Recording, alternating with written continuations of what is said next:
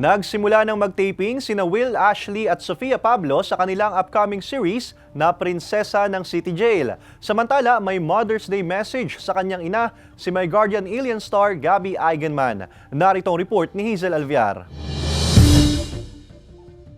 Reunited ang dating on-screen partners na sina Will Ashley at Sofia Pablo sa kanilang panibagong GMA Afternoon Prime series na Prinsesa ng City Jail. Nagsimula na nga silang sumalang sa taping at ibinahagi ni Will ang kanilang first day. Makakasama rin nila dito ang kapwa nila Sparkle star na si Allen Ansay.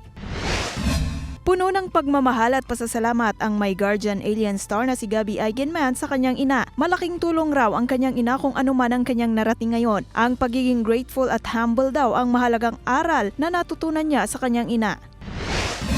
Isang tulog na lang, mapapanood na ang inaabangang Season 2 ng Running Man Philippines. Star-studded ang mga guests at new missions and games ang mapapanood. Matutunghayan din ang kulitan ng mga runners na nabuo at napatatag ang pagkakaibigan sa show. Abangan ang Running Man Philippines Season 2 bukas at linggo, May 11 at 12, 7:15 p.m. Hazel Alviar, Balitang Southern Tagalog.